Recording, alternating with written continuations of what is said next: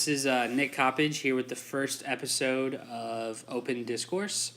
I got my buddy Dylan Meyer here. Going to get some discussion on. The overall goal of this podcast is to just be open-minded and come at different topics from multiple perspectives. We want to hit like controversial topics, like things that people maybe aren't talking about but should be talking about. And then we'll have different people on throughout the weeks, and they'll be experts in different topics.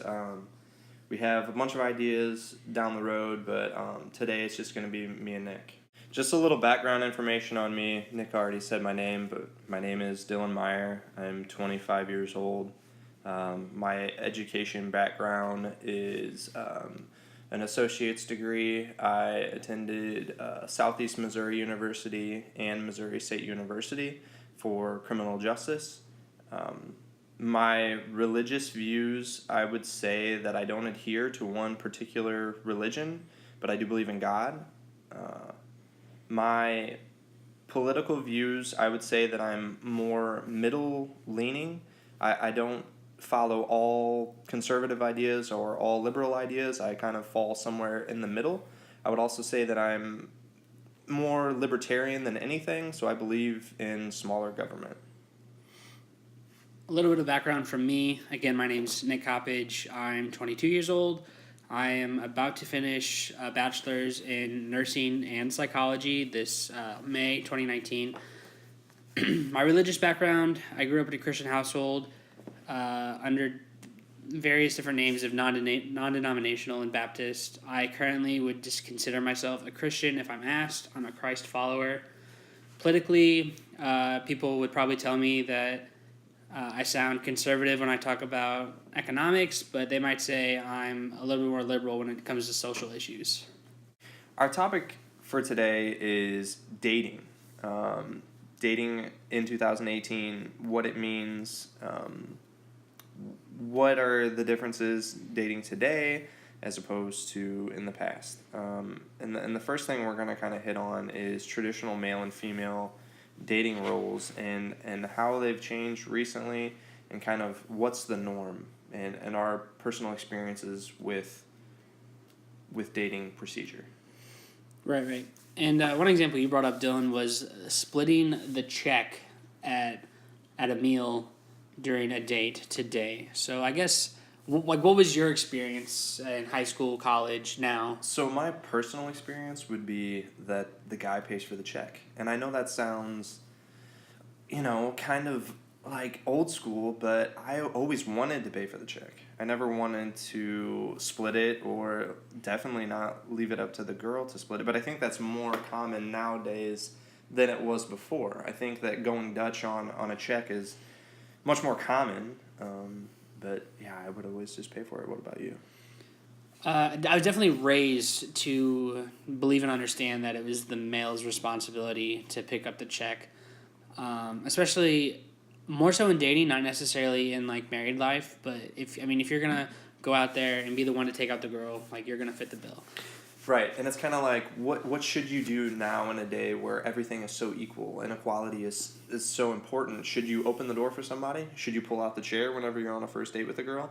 Should you go up to the door and knock on the door and do all those traditional things? Or is it more popular now to not do that and to have it be more of an equal experience for both of you, as to where, like in the past, it was kind of like a guy going to pick up a girl and then, making it about her and pulling out the chair and doing all those things. Like, I don't know. How do you feel about that? Do you think that you should still do that, or do you think that it's kind of a thing where now it should be more equal?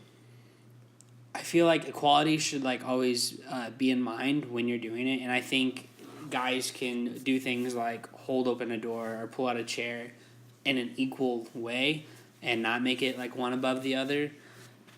You can't go wrong with kind acts, and that's what you're essentially doing when you're on a date with a girl. By opening the door, you're being kind, showing that you can be something else other than the douchebag you are with your friends. Right, very true. And I feel like even now it's unpopular to go to the girl's house, pick her up, open the door to the vehicle, do the whole thing, go out to a restaurant and, have a conversation. And, just do like a old school date. Like, I feel like that's not even a thing anymore. It's, more something else where it's just like, oh, we just want to hang out, No, dude, totally. So I guess maybe we should back step a little bit and give our current relationship, status and positions. So I am engaged. I've been with my fiance for 4 years now, I believe. We've been engaged for coming up on just about, I guess, 9 or 10 months. Maybe not that long. But funny enough, our first date together, I took her to the high school football field. So, I mean, none of that stuff really applied. There was no picking up a check or, pulling out a chair. We literally laid on the 50-yard line of the football field. But you talked. And talked, right, yeah. So right. you're mentioning talking. So I definitely think it's valuable and important as it led me to where I am now. See, and that's the way to go. I think that just, oh, I'm going to, just hang out with this girl at my house and we're going to watch TV and just hang out and talk. I think that taking somebody someplace special and, making them feel special and important is really, really important when it comes to dating. And I don't think that happens enough now. I think that's just a little out of the norm to just take a girl to a romantic place and do something really nice for her. And it's just kind of, oh, all we do is, hang out and watch TV or watch Netflix or something like that. Right. So you're currently single. Would you say if you were to take a girl on a date out like tomorrow, like you score a date, is that what you would do? The old fashioned kind of. For sure. And I think that's something that's kind of dying with my generation is whenever I am dating a girl, I want to pick you up, I want to open the door for you. I want to take you to a nice restaurant or, somewhere afterwards that we could hang out and talk. I think the movie is a little cliche for a first date, especially because you don't get to have that one-on-one conversation. It's just kind of two people sitting close to each other and watching a movie. I don't think that's the best idea for a first date, but definitely dinner so that you can sit across from each other, have good eye contact and just talk. Like, it's so simple. You just get to know one another, and I think that's the most important thing whenever you're talking about, a first date. But yeah, I'm definitely single.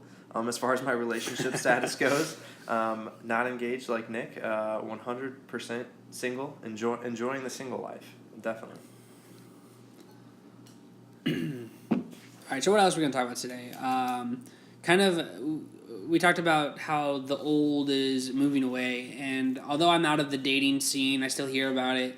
Lots of guys are talking about girls they've met on Tinder or talked to on Tinder or are gonna meet up and hook up with that they've met on Tinder. And to me, it sounds kind of crazy because it's nothing I ever experienced because it wasn't a thing when I was in high school. And now you never did Tinder? I never did Tinder. I've done the Tinder. You've done the Tinder? I've done the Tinder, and it is it's an experience. It's kind of weird, but it's almost like this thing where whenever you match with somebody on Tinder and they match with you, and then you start having this kind of awkward conversation where, all we've agreed upon before we've had this conversation is I find you physically attractive and you find me physically attractive. And then you just kind of go, and then it's like, who's going to say the first thing? Where's this conversation going to go? What are we going to talk about? And what I've found from Tinder is that you're going to get a little bit of everything. You're going to get some girls who are normal and just want to have a good conversation with you. And then you're going to get some girls that are just outright crazy. And, they say really weird things, or you try to be polite to them, and then they're just like, oh, I don't want to talk to this guy anymore. And it's kind of like, well, then why did you, like me in the first place? But. So how do you think that ties into, the old-fashioned... is there a place for that old-fashioned getting to know each other in Tinder, or is it dead in Tinder? Is it gone? I think there is. I think you can kind of use it for one of two things. You can use Tinder as a way to meet single people who are within a certain area of you, and you can kind of get the ball rolling. You can say, hey, I find you attractive, you find me attractive, let's go out and let's date, and let's hang out and let's see where this goes. But also, Tinder is notoriously used as a place where people just go to hook up. And that's all it really is. And it kind of depends. I think there's some girls and there's some guys who are, getting on Tinder, and some of them have the intention of dating, and some of them have the intention of just hooking up, and that's kind of something that you have to figure out between the both of you. Like, what is your goal? And I think that's what people who are on Tinder talk about. Usually at first is, hey, what are you here for?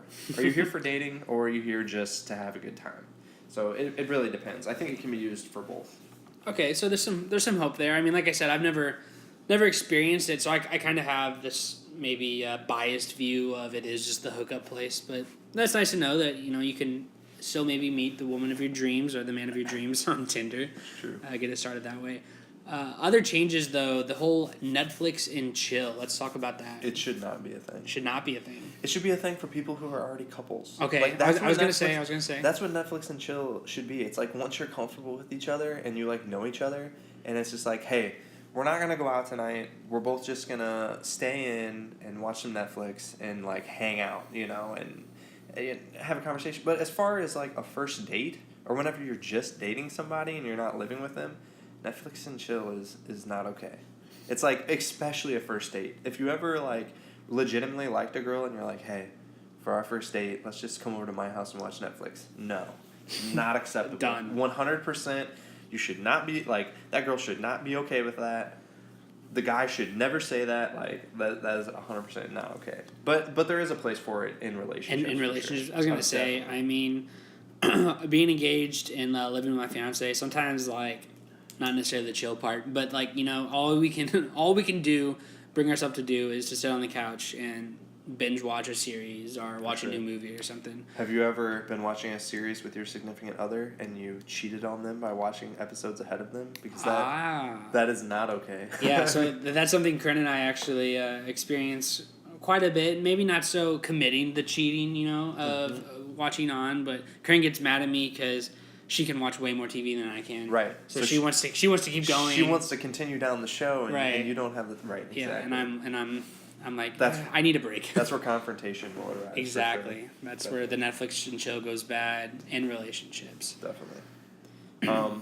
Dude, what about those DMs? Sliding into those DMs? Oh my gosh, I don't do the Instagram. I don't know. Is that a Twitter thing or an Instagram thing? Isn't it? Oh, or just anywhere where you can directly message someone. Can you I guess DM, it's both. Can you DM someone's PMs? You know what I'm saying? On Facebook. I don't know. I honestly. So DMs for you, know. never experienced DMs. I mean, I guess if you're talking about DMs, I have had people message me directly on Facebook, and I guess that counts as a DM. But I mean, I'm not really up like on relationship wise. Instagram. Like, hey, let's something. Yeah, I think that's really really popular. I think it's the most popular whenever girls become single. Like a rebound? I think there are a lot of guys sliding into the DMs is the new how you get the rebound. Oh, they shamelessly just, I see this girl just changed her relationship status from in a relationship to single, let me pounce. They're just they're looking to slide right into that slide DM. on in. But I'm not a huge fan. I think that if you genuinely liked that girl for a while and then you saw that she had recently become single, that's okay to like send her a message and be like, genuinely, how are you? Right. And then maybe start talking to her. But if you're trying to be all like skeevy and dirty about it, right, and just like hit her on the rebound, like that's not okay. But also I think like the DM needs to be reserved for that's your only way of talking to this girl. Like you knew her in high school, you're 3 hours away at a different college, right? And like you're not gonna bump into her. I can't make that effort to discuss things in person or to hit her up in person. I don't know. I mean, how would you feel living in the same town? Someone DMs you for, even something innocent like coffee. Would you like rather than like make the approach something more personal like a phone call or? I guess if they didn't have my number and we were only just friends on Facebook and they were really, really interested in me, I'd be okay with them DMing me and just being like, hey, I just wanted to talk to you or get to know you better or meet up with you or something like that. I would be completely okay with that. But as far as like, I feel like it doesn't happen for guys as much as it does for girls. Right. And it's kind of like one of those things where whenever a girl becomes single, it's super, super popular for guys to just like go at her and message her directly. What about talking? What was your experience with the talking stage? There are different levels to that, I guess. Talking is what you do. I guess the order would be you're talking to somebody, then you're dating, then you're in a relationship, I guess. Would you agree? That's kind of how things progress? I would say that's the socially, like, okay right. and norm right. of how it should go. So what does it mean if you're just talking? Does that mean Dude, I'm still trying to figure that out. So here's the thing, like, if you're just talking to a girl, does that mean you can be talking to another girl that you're interested See, in? that's what it is for me. That it's just a lack of commitment. It's the lack of wanting to commit. It's keeping things open, you know? Okay, so it's kind of like you're unsure. If I'm talking, like, I don't think anyone who's ever in the talking stage can say they've gotten cheated on. Because there's no commitment. It's like you're just dabbling in that interest. True. You know what I mean? Very true, yeah. And I think the important thing to realize is, like, whenever you're just talking to somebody, that, okay, well, as soon as you get real feelings for them, you should probably let that person know.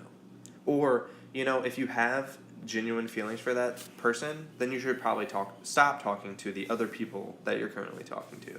Like, I don't believe in, you know, having feelings for someone, but yet at the same time you're talking to someone else. I don't think that's okay, you know. But Right. I mean, yeah, I got burnt like that in high school. I was new to the whole dating scene. Thought I was dating this girl, right? mm-hmm. And asked her if she, you know, wanted to do something on such and such a weekend. And her response was, "No, actually, I'll be with this guy this weekend." I was like, "Yeah, that's I'm like what? That stings. What? That stings a lot." But so I was like, "Aren't we like kind of like a thing? Like, I mean, there is that stage, like whether you want to call it talking or like whatever. There's that stage where things are fresh, and you know have both sides committed. But like I thought we were a little more there than I guess she did. But she flat out told me, I'm talking to you, and I'm talking to this other guy as well." Ooh.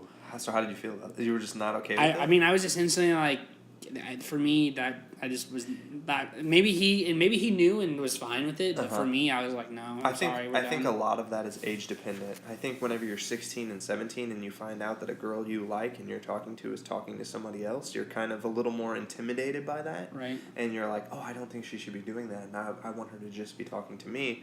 But whenever you're in your 20s, especially your mid-20s, I think it's pretty common for people to be talking to multiple people at a time, but I still think that, you know, we're at a place where if you are talking to somebody and you develop feelings, you should just, like, stop talking to other people. So I think that's the right thing to do. Should talking be a stage, though? I mean, like, how I always perceived it growing up was, you know, whatever it be, personality or physical attraction that attracts you to this girl that you want to start something with. I mean, what you do is you take her out on a date, which is in my book, a date is a step higher than talking. Well, I think, yeah, at that point, when you're actually taking her out on physical dates is where you're past the talking stage. Would you agree? That, I would totally agree. I mean, so your talking stage is literally you just getting to know that person via text, Snapchat, you know, over the phone, yeah, whatever it is. You know, that's just you getting to know them. You know, and I don't even think it has to be a formal date. I mean, if you spend a Saturday with a girl and you guys think you're in the talking stage, well, I'm sorry, but you might not even be dating, but you're something more than that. Hopefully, you're not Netflix and chilling, you know, on Saturday. Right. But I don't know. I don't think there's a place for talking. I think it brings more trouble. So you think you should just go straight to the dating stage? Yeah, I mean, just make that commitment. Like, I'm going to take you out on a date tonight, and only you. I'm not going to be talking to some other girl while I'm on the date with you. Right. So, but here's the scenario. Let's say there's two girls that you know, and you're interested in both girls, okay? And both girls are interested in you, but that's all you know. And you're not really sure as to which girl you should date. And you know that if you're dating one girl, that closes the door on the other girl. I think that's where the talking comes in. It's kind of, okay, I have these two doors, all right, and I'm not sure which one I want to pursue. I'm not sure which girl I want to go after. So you're kind of like, I want to get to know both these girls a little better before I start dating them. I think that's where the talking stage takes place, but you don't want to... And it might have, you know, serve a purpose there, but I've seen so many people take it into, I'm talking to this girl for weeks and then months, and now I'm talking to multiple girls for weeks and months. And I think people get, it's kind of sad because I feel like people feel safe in the talking zone. You know, like I said, for me, it's I guess that scenario you give of, okay, you know, there's Betsy and Sally. I kind of like both of them. I'm going to feel it out, talk to both of them separately over text because that's the world we live in nowadays. And you want to decide. I mean, that is I can see value in that, Right. but the whole I'm gonna talk to Sally on Thursday and Betsy on Friday, and then keep going back and forth, and never really commit to one or the other because I like both. You know, I like what I get from Betsy, but also, you know, Sally. Come on, Sally. Right. But it's like, I don't know. I think people are just playing it too safe, and you just how do you truly win over a girl who you can't prove that you're willing to commit to? You know, take that Right. chance on. 100%. I agree. I think that you're kind of playing with fire anytime you're talking to two people because someone's going to get hurt. Right. No matter what. It's like, okay, well, let's say I, end up liking girl number 1 more than girl number 2. Well, the girl number 2 is going to, She's gonna get have her- ghosted. Another Oh another my phenomenon. God. No, you don't ghost her, man. Yeah, that's the easy way out is to just ghost somebody and quit talking to them and just kind of leave them hanging. But I think that honesty is always the best policy whenever it comes to dating. If you are talking to a girl and then all of a sudden you develop feelings for somebody else, do the hard thing and say, hey, look, I'm talking to somebody else and I'm developing feelings for them and I don't see what we're doing. I don't think it's going to go any further. That's the mature thing to do, 100%. And that's what people, it's so much easier whenever you're 16, 17, 18 to just, whoever you're talking to, if you lose feelings for them, you just take the easy way out and you stop talking to them. But I don't think that's okay. You should definitely man up or woman up or whatever you want to call it, and you should tell somebody how you feel for sure because you don't want to hurt other people's feelings. Right. So along those same lines, we're kind of in this cell phone talking topic, sexting and nudes. Oh, jeez. Let's discuss. Have some open discourse. True. Which one do we want to tackle first? Are they, Be careful with Be both. careful? Be careful with both. Trust is a main thing, Right. I think. If you're going to be sending somebody a, whether it be just text and it's just lewd, suggestive, sexual text, that's one thing. But whenever you start sending those pictures of yourself to other people, you got to really be thinking about that and thinking about the long-term effects because most people who do that, they're not thinking about the consequences. They're not thinking about the other people that are going to see those pictures of them, or God forbid, your picture of your genitalia gets spread around the school or something like that. Right. That's the worst case scenario. But and definitely be even careful. sexting, that's a risk. You might think, you might be talking to this girl for a while, and then you start sexting her, and then lo and behold, she's not too impressed with you. For whatever reason, and your sex are probably getting circulated at the very least between her girlfriends. Her best friend has read that. Right, exactly. Just so you know. What you thought was sexy, everyone else was laughing at. Exactly. But exactly. But with the nudes, there's been cases I think around home of dude, if you're in high school, you just don't do that shit because that's like child pornography. Yeah. For sure. At the yeah. The thing that I think about is, so I've done it. I've done sexting. Okay. I've done nudes. If Okay. I'm just being honest, I've Little done both. little booty pic every once in a while. It happens. Whenever you're younger, those types of things happen. But the thing is, you have to trust that person. Mm-hmm. And I don't know if they've ever showed anybody. But the one thing, if I just had to give some advice about nudes. Don't put your face in the nude. 100%. Don't own that shit. Do not connect your genitalia with your face. Because if you do and you send that out and that gets leaked, that is out there forever. You're done for. You're never going to live that down. You could always say, that's not my genitals. Right. But if your face is in that photo, that's pretty hard to deny. So Right. Be careful. Okay, so we talked about how maybe Netflix and chill has a place in relationships. What about sexting and nudes? Someone might say, well, you can never trust even, your married spouse. So that's kind of a sad thing to say, Right. but I think once you're in a committed relationship, is it safe to do so? I think so. I think if you can't trust the person you're in a committed relationship with to, keep those things private and Right. between you guys, that's not even a healthy relationship. Exactly. If you can't do that. But I think it has a place. I think it keeps, a relationship fresh and keeps Spicy. things interesting. Right. Yeah, for sure. And I mean, if you're gonna be the person who's been in a committed relationship with someone and things go badly for whatever reason, or maybe not even badly, but just end, and then you dissolve all that trust and spread it or show it or whatever, then you're just kind of a terrible person. I think so. I mean, I've been in a relationship with somebody and you have those things or those texts in your phone, and the right thing to do is to delete them. Right. Whenever the relationship's over with, you So are your expect sex. that. Right, so are your sex. You expect that person to get rid of that stuff, and you should get rid of the stuff that person sent you. That's the right thing to do. Whether that always happens or not, probably not, but that's definitely the right way to go. All right, so all those things we've kind of discussed so far, kind of scratching the surface of what dating and relationships look like today. How do you feel that has affected the pressure to have sex sooner, or the age that people are losing their virginity is sooner? Do you think it's changed, and how much of it can you attribute to the stuff we talked about, Netflix and chill, nudes, sexting? I think that over the years it's become more and more standard to have sex at a much younger age. Whenever I was in high school, oh my gosh, I graduated 7 years ago, so I was in high school 7 years ago. That's crazy. It was a different time, but I think there was still definitely a pressure to have sex at a certain age. For me personally, my friend group, like my 3 really, really good friends, all had sex before me. So there was an immense peer pressure. Immense peer pressure for me as a guy to have sex sooner, and I'll just say it, I lost my virginity at the age of 16, which I think is pretty normal, really. I don't know if do you think that's young by today's standards? Do you think that's pretty average? I would say it's probably almost younger now. But I don't know. And see, I feel like it might be closer to the average now. Okay. But I feel like regardless, it's pretty young, 16. Right. I mean, 16, 17. Just learn to drive a car, and then you're deciding to engage in sexual activities.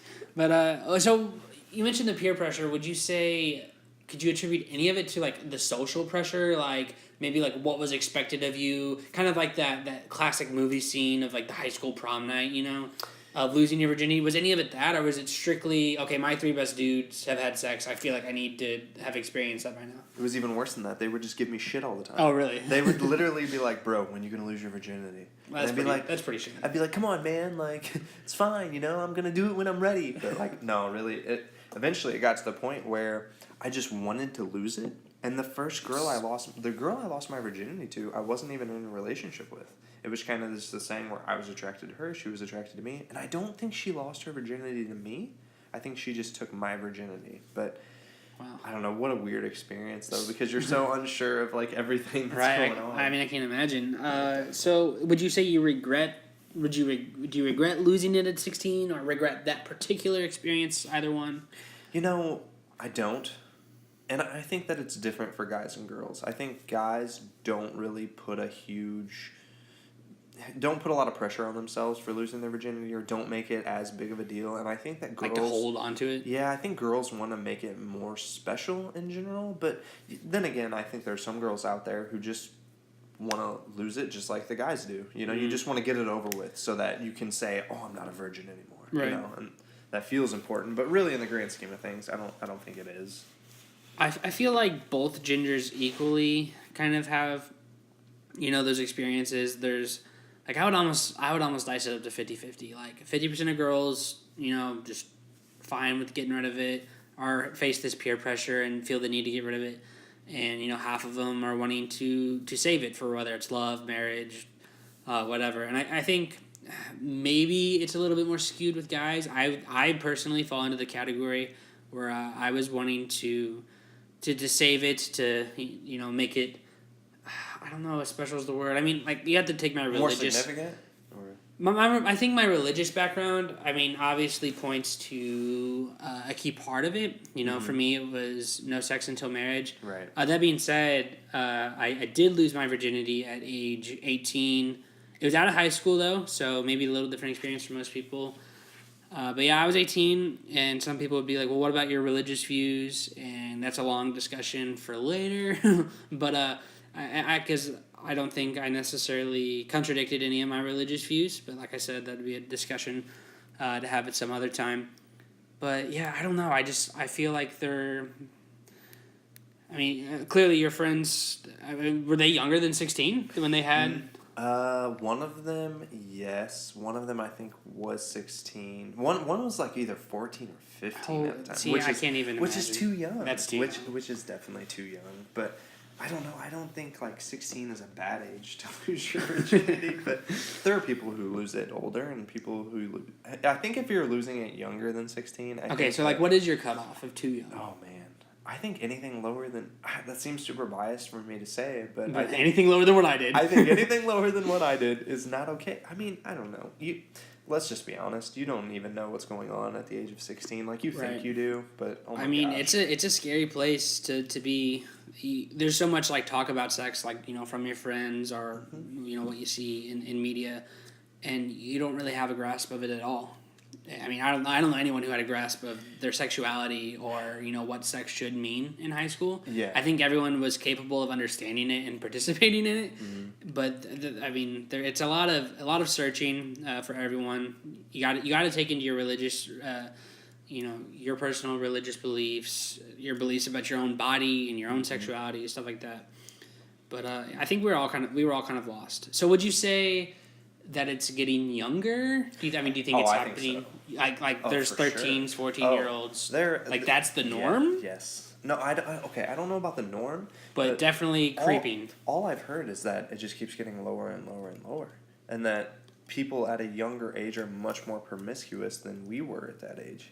I think that's really common, right? When you say like totally, I mean with dress for sure, you can't tell who's a middle schooler, who's a high schooler, and who's a college kid anymore. I mean, I've heard that kids in middle school are hooking up and having sex, and it's like, I don't think that was very very common whenever I was in middle school. I mean, or if it was, I was totally blind to it. Or if it was, I just didn't know what was going right. on. Like I was not about that life whenever I was that age. But I mean, I think you can attribute all of this stuff we've been talking about to it. I mean, growing up, like we kind of caught the beginning of it, the whole Tinder and sliding into DMs, but I think as young children growing up, it was sex. There's just so much more conversation about it now. So you're saying that technology has played a big role into people losing their virginity and being more sexually explorative at younger ages? Maybe in a roundabout way. I mean, one thing I'm surprised we didn't bring up was pornography, but for sure, right. Kids, my like 3, 4, 5-year-old nieces and nephews have iPads and iPhones. They have access to the internet. Right, and that's something we didn't it might really not have. even be purposeful, but right. I mean, these kids in middle school can very easily or accidentally or purposely, find that stuff, and then I just think it's so more available to them. Oh yeah. And there is just a larger discussion in general. I mean, even kids in like late elementary school are hearing things like Netflix and chill. Right. And they have to wrestle with that. I mean, everybody now lives in a society where sex is more,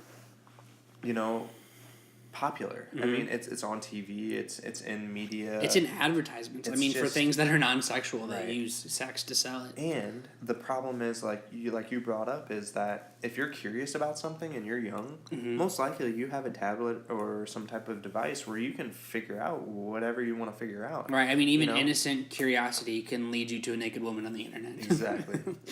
But all right. So are we on our last topic of consent? We are. Okay. So not sure how long this first episode has taken. I feel like it's gone pretty good. I feel like it has too, and I think that our last topic might be the most important one to discuss as far as how things are going right now. Right. Consent. What is it, and how do you get it? How do you obtain consent? Okay, so nowadays, especially for young people, I feel like whenever you're dating someone and you make an agreement with another person to engage in a sexual activity or do something along those lines, you have to make sure that that other person is 100% okay with whatever you're about to do, and you need to be very, very upfront with what your intentions are, how far you plan on taking things. I don't know, how do you feel about consent whenever it comes to people today or people who are dating today? I think it's crazy how many people don't have a grasp of it. and I just like blind to it, that it's even a thing, that it's necessary for sex. And I mean, I think we can both agree that it is. Yeah, I think people are scared. Scared to ask for it? No, I think they're scared to not ask for it. I mean, I think for both sexes, I mean, I don't want to make it be about guys who are afraid to, like they feel like they have to ask for consent before they do something.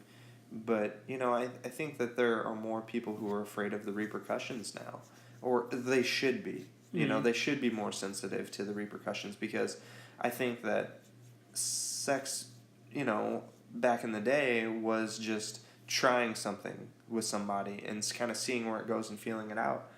And I think there were some people who had very, very negative experiences where somebody made a sexual advance towards them and they didn't know how to say no. So I think that's why it's so important to ask somebody, or make sure somebody's really comfortable with what you're about to do before you do it, because it is so hard to tell somebody no, or it is so hard to say, I don't want to do that. But some people feel obligated in the moment to agree to something that they really don't want to agree to.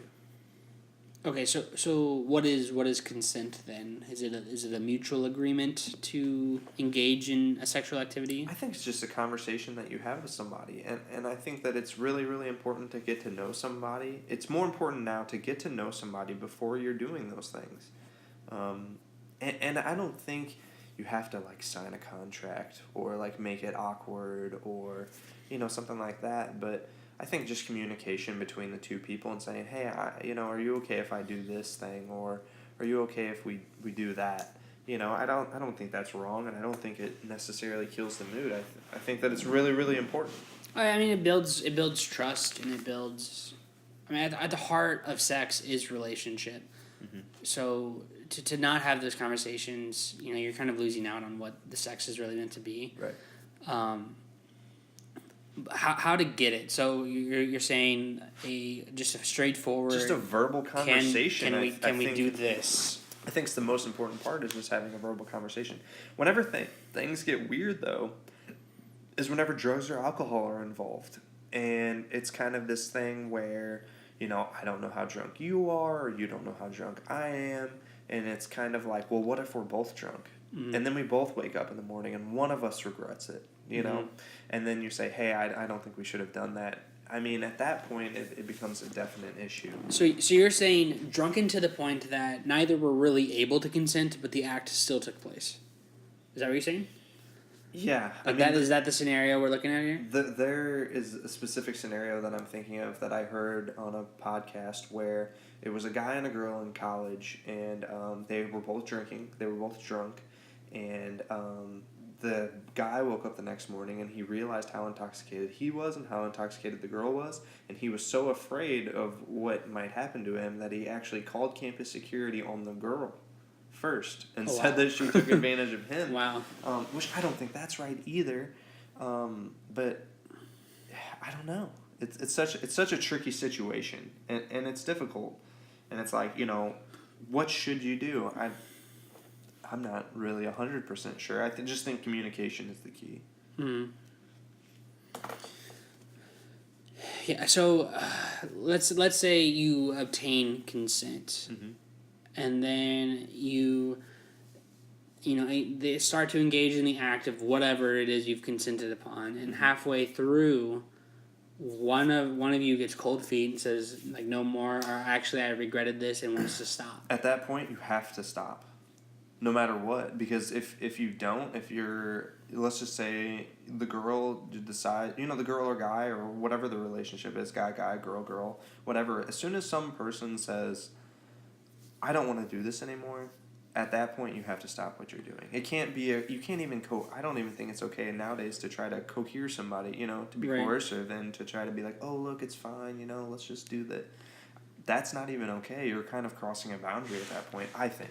I would agree, but taking the scenario one step further, one of the parties, retracts that consent, and the other party does stop. They follow the wishes, but are you saying have they done something wrong at that point? Yeah, I mean, and then maybe yes, have they done something wrong? And does the party who retracted their consent have have any right to not necessarily accuse, but maybe accuse. I don't think so. I think if you agree to something, okay, and then you start doing it, and then a person says, I don't want to do this anymore, and the other person stops immediately, I don't think they're at fault at all. But, if somebody was like, I don't feel comfortable with this, and the other person kept doing it, then you're kind of getting into a gray area, and you're crossing a line at that point.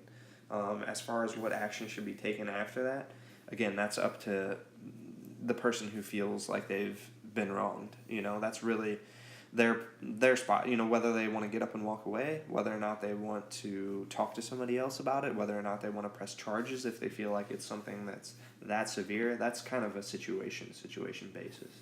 Right. All right, man. I mean, have we hit everything? I think we hit it pretty good. I have no idea what our time was because Right. I just feel like we just kept talking, but Yeah. but I feel like that was kind of what we wanted to cover in this first episode.